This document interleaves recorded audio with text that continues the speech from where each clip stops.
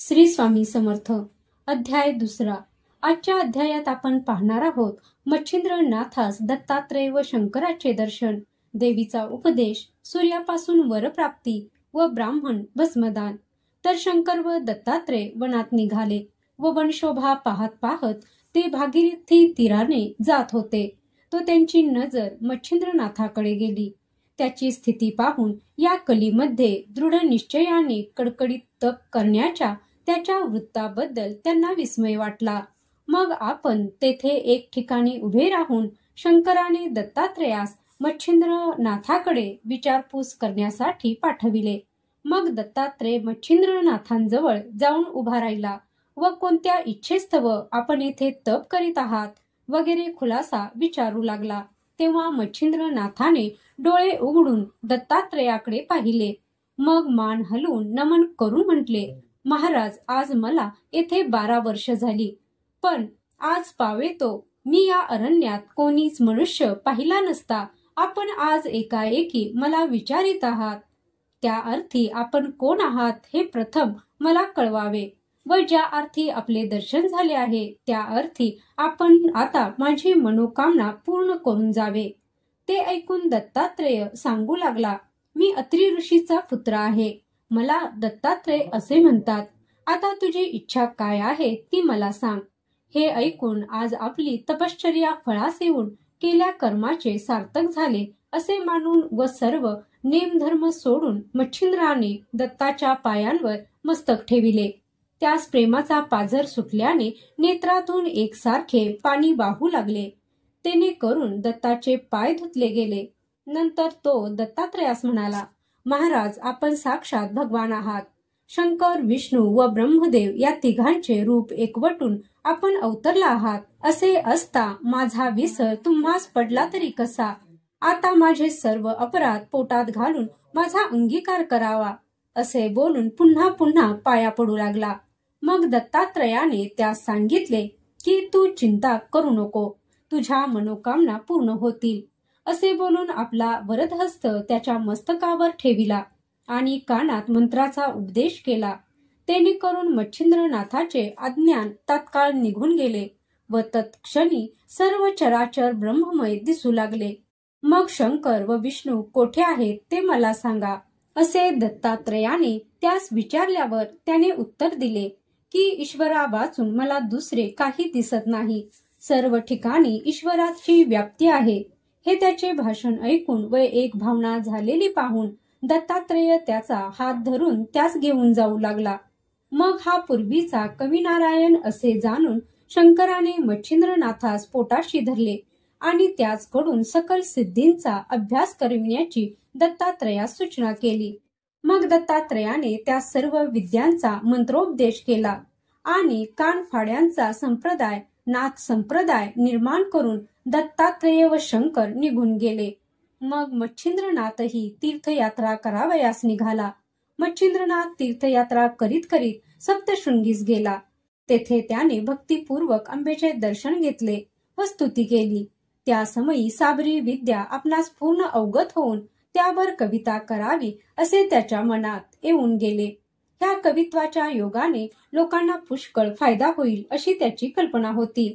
परंतु दैवत अनुकूल झाल्या वाचून कार्यसिद्धी भावयाची नाही अशीही त्याच्या मनात शंका आली. मग त्याने अंबे सन्निध 7 दिवसांपर्यंत अनुष्ठान केले. तेव्हा अंबा प्रसन्न झाली व कोणता हेतू मनात धरून तू हे अनुष्ठान करीत आहेस हे मला सांग म्हणून म्हणाली.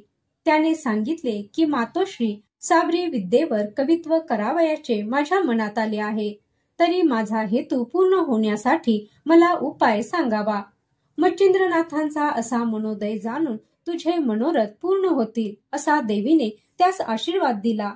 मग त्याच्या हातात हात घालून ती त्यास मार्तंड पर्वतावर घेऊन गेली. तेथे एक मोठा वृक्ष होता.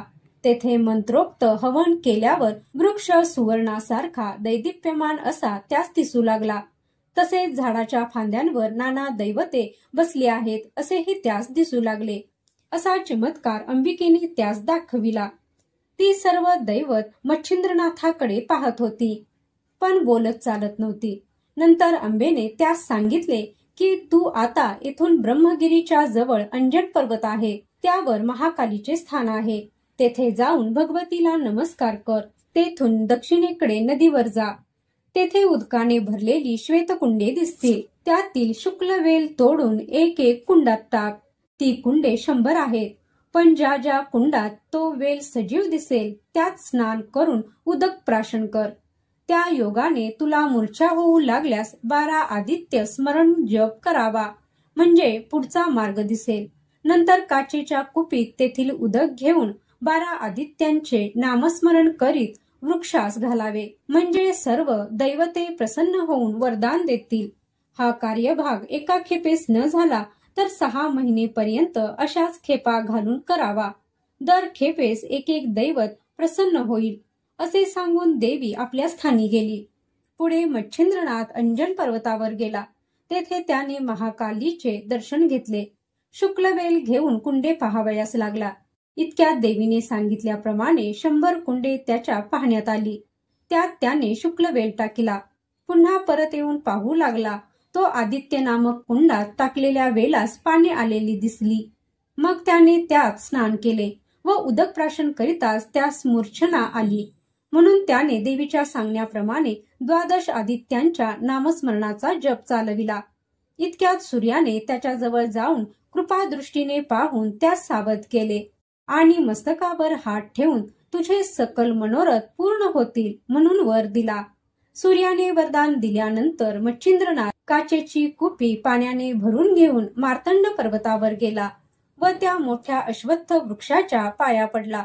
सूर्याचे स्मरण करून ते उदक घालतात तेथे सूर्य प्रसन्न झाला आणि काय हेतू आहे म्हणून विचारले. तेव्हा त्याने सांगितले की कविता करावी असे माझ्या मनात आहे, तर त्वा साह्यभूत होऊन मंत्रविद्या सफळ करावी. मग सूर्य त्याचे हेतू पूर्ण होण्यासाठी त्या सर्वस्वी साह्यभूत झाला. याप्रमाणे मच्छिंद्रनाथाने 7 महिने ये जा करून सारी दैवते प्रसन्न करून घेतली आणि साबरी विद्येचा एक स्वतंत्र ग्रंथ रचून तयार केला. मच्छिंद्रनाथ तीर्थयात्रा करीत फिरत असता बंगाल्यात चंद्रगिरी गावास गेला. तेथे सुराज म्हणून एक ब्राह्मण होता. त्याच गावात सरोपदयाळ या नावाचा एक वशिष्ठ गोत्री गौड ब्राह्मण राहत असेल. तो मोठा कर्मठ होता. त्याच्या स्त्रीचे नाव सरस्वती. ती अति रूपवती असून सद्गुणी असे, पण पुत्र संतती नसल्या कारणाने नेहमी उदास असे. त्या घरी मच्छिंद्रनाथ भिक्षेकरिता गेला. त्याने अंगणात उभे राहून अलख शब्द केला आणि भिक्षा मागितली. तेव्हा सरस्वती बाहेर आली. तिने त्या आसनावर बसविले आणि भिक्षा घातली. नंतर आपली सर्व हकीकत सांगून संतती नसल्याने दिलगीर आहे असे त्यास सुचविले आणि काही उपाय असला तर सांगावा म्हणून विनंती करून ती त्याच्या पाया पडली. तेव्हा मच्छिंद्रनाथास तिची दया आली. मग त्याने सूर्य मंत्राने विभूती मंत्रून ते भस्म तिला दिले आणि सांगितले की हे भस्म रात्रीस निजते वेळी खाऊन निज. हे नुसतेच भस्म आहे असे तू मनात आणू नको. हा साक्षात हरिनारायण जो नित्य उदयास येतो तो होय. तो तुझ्या उदरी येईल. त्या तुझ्या मुलास मी स्वतः येऊन उपदेश करीन. तेने करून तो जगात कीर्तिमान निघेल. सर्व सिद्धी त्याच्या आज्ञेत राहतील. असे बोलून मच्छिंद्रनाथ जावयासाठी उठला असता तुम्ही पुन्हा परत कधी याल म्हणून तिने त्यास विचारले. तेव्हा मी 12 वर्षांनी परत येऊन मुलास उपदेश करीन असे सांगून मच्छिंद्रनाथ निघून गेला. सरस्वती बाईस भस्म मिळाल्यामुळे अत्यंत हर्ष झाला होता. ती राख तिने आपल्या पदरास बांधून ठेवली. मग ती आनंदाने शेजारणीकडे बसावयास गेली. तेथे दुसऱ्याही 5-7 बायका आल्या होत्या व संसारासंबंधी त्यांच्या गोष्टी चालल्या होत्या. त्यावेळी तिनेही आपल्या घरी घडलेला सर्व वृत्तांत त्यास सांगितला आणि त्या कानफोड्या बाबाने सांगितल्याप्रमाणे मी भस्म शेणात खाल्ले असता मला पुत्र होईल काय म्हणून विचारले. तेव्हा एक जणीने तिला सांगितले की त्यात काय आहे, असल्या धुळीने का पोरे होतात. तू अशी कशी त्याच्या नादी लागलीस कोण जाणे. आम्हाला हे चिन्ह नीट दिसत नाही. अशा तऱ्हेने त्या बायकांनी तिच्या मनात किंतु भरवल्यामुळे ती हिरमुसले तोंड करून आपल्या घरी गेली व गोठ्याजवळ केर कचरा शेण वगैरे टाकण्याची जी खाच होती त्या उकिरड्यात तिने ते भस्म टाकून दिले. द्वितीय अध्याय समाप्त. या अध्यायाच्या दररोज पठणाने तुमचे दारिद्र्य नाश होईल, तसेच अपार धनप्राप्ती होईल. धन्यवाद. जय श्री स्वामी समर्थ.